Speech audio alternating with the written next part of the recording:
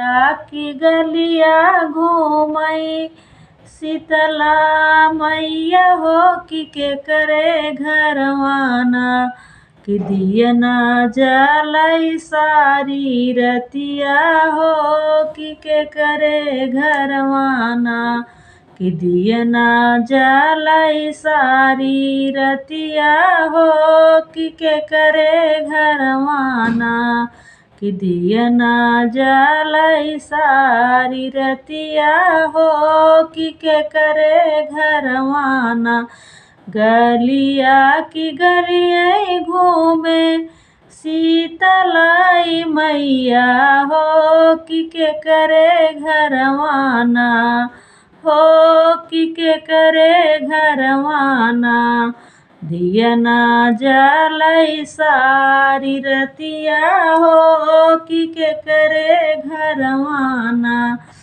दियना जलई सारी रतिया हो कि के करे घरवाना दियना त जलई वही मालिया की घरवा हो कि जवन मलियाना दियना त जलई वही मालिया के घरवा हो कि जवन मलियाना हो कि जवन मलियाना गजरा गुछै सारी रतिया हो कि जवन मलियाना गजला गुछै सारी रतिया हो कि जवन मलियाना गलिया की गलिया घूमे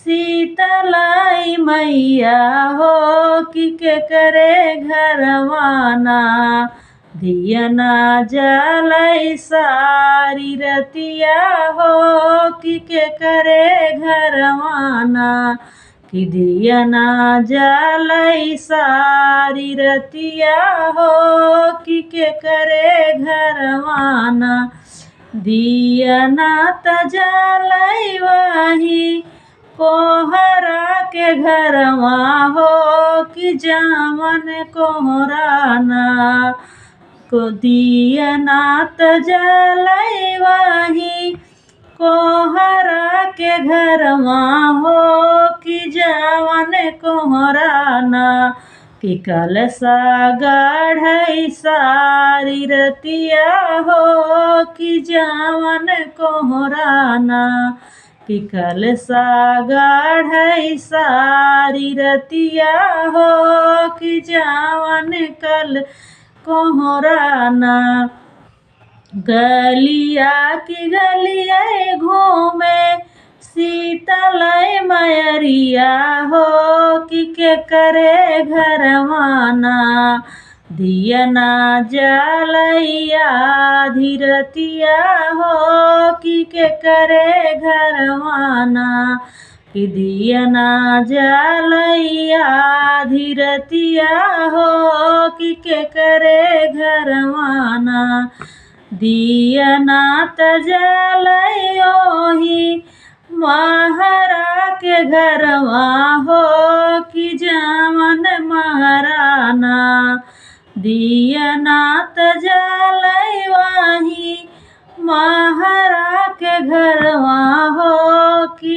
जवन महाराना घड़ीला भरई सारी रतिया हो कि जवन महाराना कि घड़ीला भरई सारी रतिया हो कि जवन महाराना कि घड़ीला भरई सारी रतिया हो कि जवन महाराना गलिया की गलिया घूमे शीतला मयरिया हो कि के करे घरवाना दियना जलई सारी रतिया हो कि के करे घरवाना कि दियना जलई सारी रतिया हो कि के करे घरवाना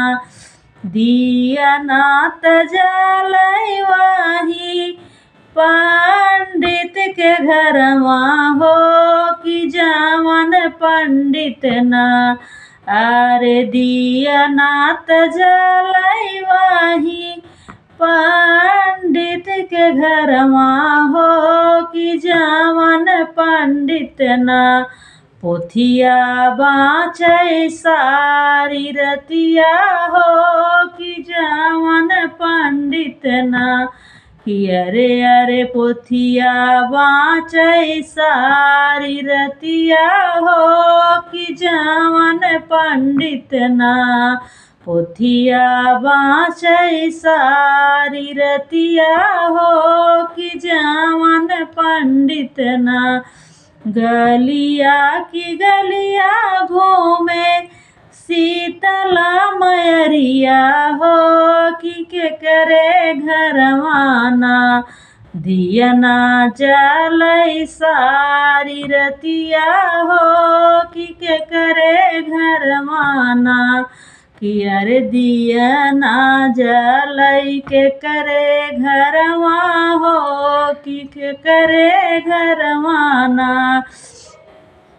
दियना त जले वही सोनरा के घरवा हो कि जवन सोनराना। दियना त जले वही सोनरा के घरवा हो कि जवन सोनराना। नथिया गढ़ई सारी रतिया हो कि जवन सोनराना। कि नथिया गढ़ई सारी रतिया हो कि जवन सोनराना। गलिया की गलिया घूमे शीतला मयरिया हो कि केकरे घरवाना। दियना जलई सारी रतिया हो कि केकरे घरवाना। कि दियना जलई सारी रतिया हो कि केकरे घरवाना।